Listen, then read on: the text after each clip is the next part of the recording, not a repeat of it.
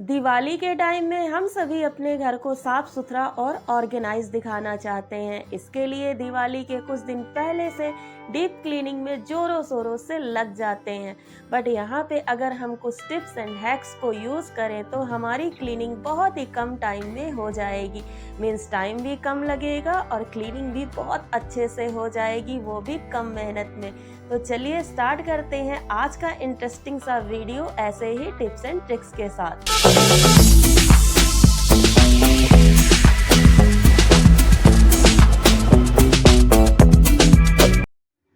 सफाई के पहले हमें ये सोचना चाहिए कि सफाई करते टाइम किन चीज़ों को हम गंदा होने से बचा सकते हैं। ऐसी चीज़ों को उस कमरे में से बिल्कुल हटा के रख दीजिए।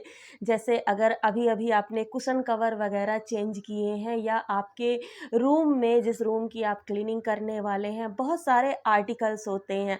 ऐसी चीज़ों को अगर आप ऐसे ही एज इट इज़ छोड़ के क्लीनिंग करने लगते हैं तो आपकी ये चीज़ें गंदी हो जाती हैं और फिर इन चीज़ों की क्लीनिंग में आपको एक्स्ट्रा टाइम देना पड़ता है। तो बेस्ट आइडिया यही होता है कि सबसे पहले अगर आपके वॉल पे बहुत सारे वॉल डेकोर लगे हैं या कुछ आर्टिकल्स रखे हुए हैं, डेकोर पीसेस रखे हुए हैं, गेट के पीछे कपड़े टंगे हुए हैं, इन सभी चीज़ों को पहले तो हटा लीजिए। मीन्स क्लीनिंग के पहले आपका रूम जो है वो खाली होना चाहिए। मैंने कपड़े हटा लिए, बेड से सामान हटा लिया, कर्टेन्स को उतार लिया, अब करूँगी क्लीनिंग की तैयारी, मीन्स क्लीनिंग की शुरुआत। हमारे रूम में बहुत सारी चीज़ें ऐसी होती हैं जिनको हटाना पॉसिबल नहीं होता है, जैसे कि ये मंदिर। ऐसी चीज़ों को आप किसी दुपट्टे से, किसी साड़ी से या किसी पुरानी बेडशीट से, साफ़ बेडशीट से अच्छे से कवर कर दीजिए। इसके ऊपर धूल डस्ट बिल्कुल भी नहीं जाएगा।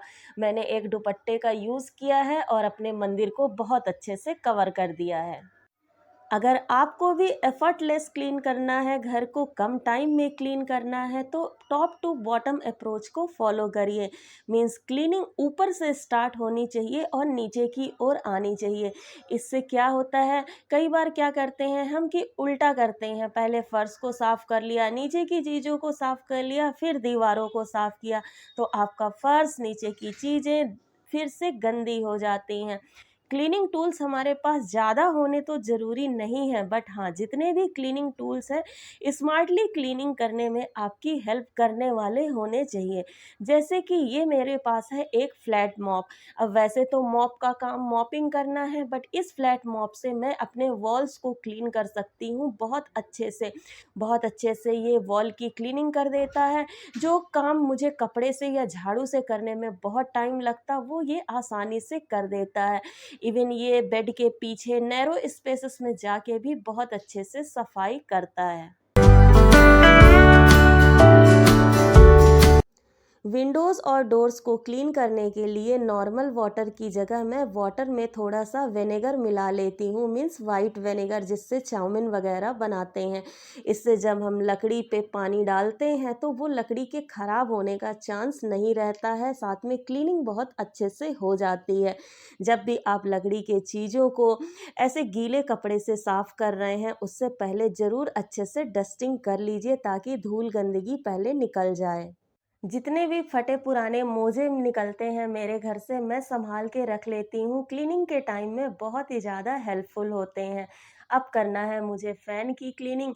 फ़ैन की क्लीनिंग के लिए भी मैं यहाँ पे ब्रश का यूज़ करूँगी। पहले ब्रश से सारी डस्ट को निकाल लूँगी, देन हाथों में मैंने सॉक्स पहन लिए हैं।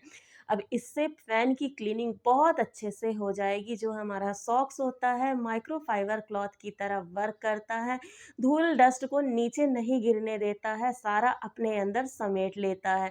देखिए कितने अच्छे से और कितनी आसानी से मैंने क्लीनिंग कर दी। यही अगर मैं डस्टर यूज़ करती तो शायद डस्टर बार बार गिरता भी और थोड़ा सा टाइम भी लगता है उसमें।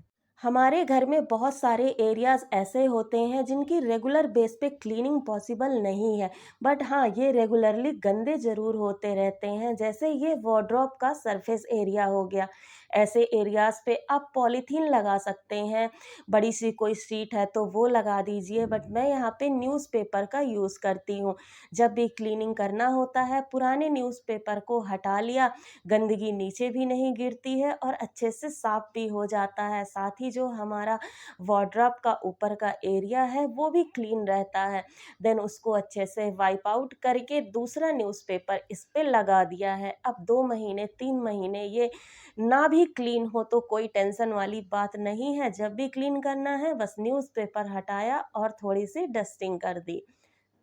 अगेन मैंने अपने हाथों में सॉक्स का दूसरा पेयर पहन लिया है और इससे करूँगी अब मैं वार्डरोब की क्लीनिंग।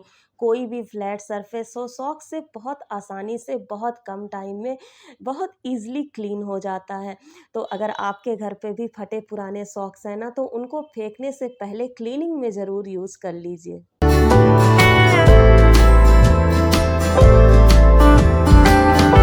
पूरे रूम और बेड के साथ साथ हमारे मैट्रेसेस की क्लीनिंग भी बहुत ज़्यादा ज़रूरी होती है। मैट्रेस को क्लीन करने के लिए आपको यूट्यूब पे बहुत सारे वीडियोस मिल जाएंगे, बट यहाँ पे हम बात कर रहे हैं कि कम टाइम में कम एफर्ट्स के साथ कैसे क्लीनिंग करना है। मैट्रेस को क्लीन करने का सबसे बेस्ट तरीका है ब्रश से इसकी क्लीनिंग करना। एक ऐसा सॉफ्ट ब्रिसल्स वाला ब्रश ज़रूर होना चाहिए जिससे आप मैट्रेस को बहुत अच्छे से डस्टिंग करके उसकी पूरी धूल डस्ट निकाल सकते हैं। देन धूप का सीज़न है, धूप काफ़ी अच्छी आ रही है, मैट्रेस को रख दीजिए 1.5 से 2 घंटे के लिए धूप में। आपका mattress smell free, germ free, bacteria free हर तरह से क्लीन हो जाएगा।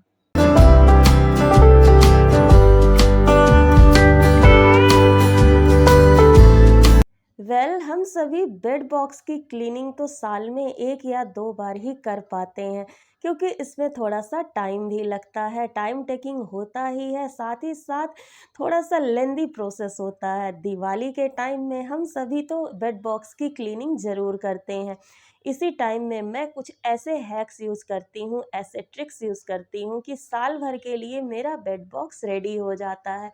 ये कुछ आर्टिकल्स लास्ट ईयर मैंने दिवाली पे डीआईवाई किए थे होम डेकोर के, वो भी मिल गए हैं मुझे क्लीनिंग में, तो मैंने अभी ही इनको निकाल लिया दिवाली में अगेन डेकोर करने के लिए। बेड बॉक्स को अगर आपको प्रॉपरली सेट करना है, प्रॉपरली क्लीन करना है, तो सारी चीज़ों को निकाल लीजिए। साथ ही साथ इसमें पुरानी बेडशीट हो या कुछ और चीज़ का लाइनर ज़रूर लगा के रखिए। इससे जब भी आप बेड बॉक्स को ओपन करेंगे ना, आपका bed box neat, clean and tidy नज़र आता है। और जब चीज़ें देखने में अच्छी लगती हैं, अच्छे से रखी गई होती हैं, तो हमें चीज़ें जब ज़रूरत पड़ती है ना, तो आसानी से मिल भी जाती हैं। पूरे बेड बॉक्स को अरेंज कर लिया, उन बर्तनों को ऊपर रख दिया है जो दिवाली में पूजा में काम आने वाले हैं। बेड बॉक्स को भले ही आप साल में 1 बार ऑर्गेनाइज़ करें, बट इतने अच्छे से ऑर्गेनाइज़ करें कि साल भर रीऑर्गेनाइजेशन की ज़रूरत ही ना पड़े। इसके सेकंड पार्ट में मैं रखती हूँ कुछ बुक्स वगैरह जो कि मेरे बेटे की साल भर रिजेक्टेड होते रहती हैं। पुराने न्यूज़पेपर्स हो गए या जो भी अ, रद्दी के पेपर्स निकलते हैं, उन सभी को इस साइड स्टोर करती हूँ। और जब भी दिवाली का टाइम आता है, एक बार इसको रीअरेंज करना होता है। जो यूज़फुल चीज़ें होती हैं उनको रख लेते हैं, जो चीज़ें यूज़फुल नहीं होती हैं वो रद्दी वालों को देने के काम आ जाती हैं। तो सारी चीज़ों की डिक्लटरिंग भी ज़रूरी है क्लीनिंग के साथ साथ। और यही प्रोसेस होता है कि अगर आप क्लीनिंग कर रहे हैं तो साथ के साथ डिक्लटरिंग भी करते जाइए। मैंने स्टार्टिंग में ही एक ऐसे बोरे को निकाल लिया था, प्लास्टिक का बड़ा सा सैक सा है, और अब इसमें जितनी भी डिक्लटरिंग वाली चीज़ें हैं मैं स्टोर करते जा रही हूँ। इससे क्लीनिंग भी होते जा रही है और डिक्लटरिंग के लिए भी अलग से टाइम नहीं निकालना पड़ेगा।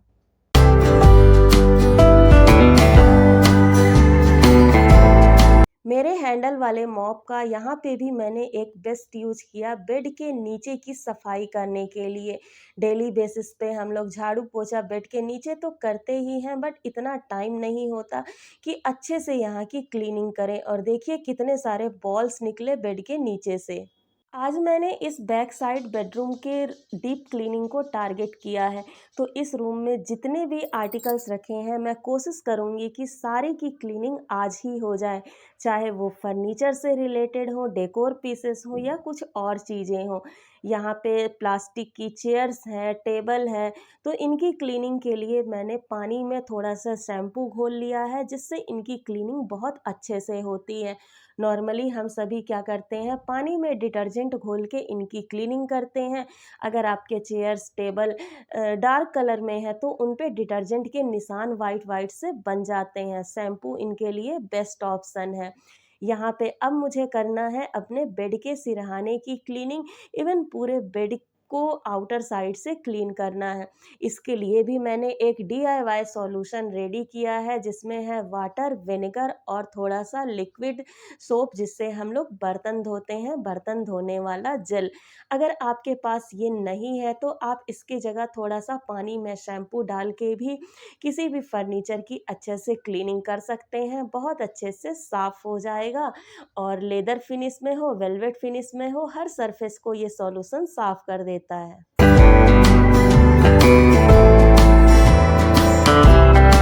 गिटार का कवर भी काफ़ी ज़्यादा गंदा हो गया था। ऐसे जो हल्के से कवर होते हैं, बहुत डेलिकेट से, इनको क्लीन करने के लिए आप डिटर्जेंट की जगह अगर शैम्पू का यूज़ करते हैं तो ये बहुत अच्छे से साफ़ हो जाते हैं। साथ ही इन कवर्स में शाइन भी बनी रहती है। गिटार भी काफ़ी गंदा लग रहा था तो उसकी भी मैंने प्रॉपर डस्टिंग की।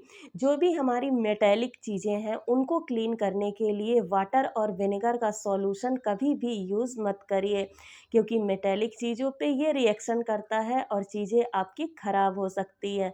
बातों ही बातों में देखिए, कम एफ़र्ट्स के साथ, कम टाइम के साथ, कुछ हैक्स को यूज़ करके, कुछ टिप्स को यूज़ करके पूरे रूम को मैंने डीप क्लीन भी कर दिया, डिक्लटरिंग भी हो गई, साथ का साथ रूम ऑर्गेनाइज़ भी हो गया।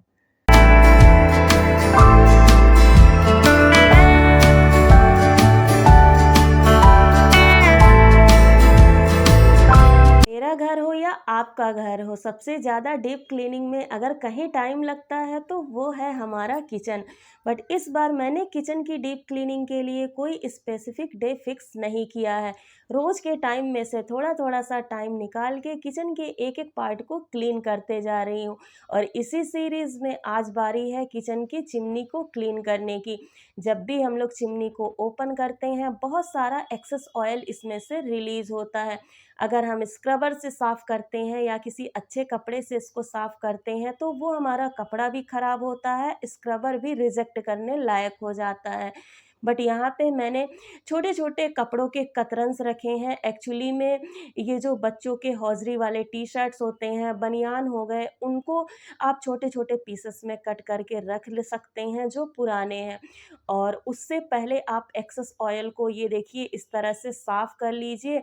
फिर जब आप इसको स्क्रबर से साफ़ करेंगे तो टाइम भी कम लगेगा, साथ ही आपके हाथ भी चिपचिपे से नहीं होंगे और चिमनी की जो ब्लेड्स हैं बहुत ही ईज़िली कम टाइम में, कम एफ़र्ट्स के साथ क्लीन हो जाएँगी। तो जब हमें स्मार्ट हैक्स पता हो ना तो चीज़ें बहुत ही आसान हो जाती हैं, बहुत ही कम टाइम में होती हैं, बिल्कुल भी हमें मेहनत नहीं करनी पड़ती है। So friends, that's all for the day. ये थे आज के कुछ टिप्स, ट्रिक्स एंड हैक्स जो इस दिवाली में आपके घर के डीप क्लीनिंग में आपकी हेल्प करेंगे। आई होप आज का वीडियो आप लोगों के लिए यूज़फुल होगा, आप लोगों को पसंद आया होगा। मिलते हैं नेक्स्ट वीडियो में कुछ ऐसे ही अमेजिंग टिप्स एंड ट्रिक्स के साथ। Till then take care and bye bye. Lots of love from lifestyle with Ritu Mishra.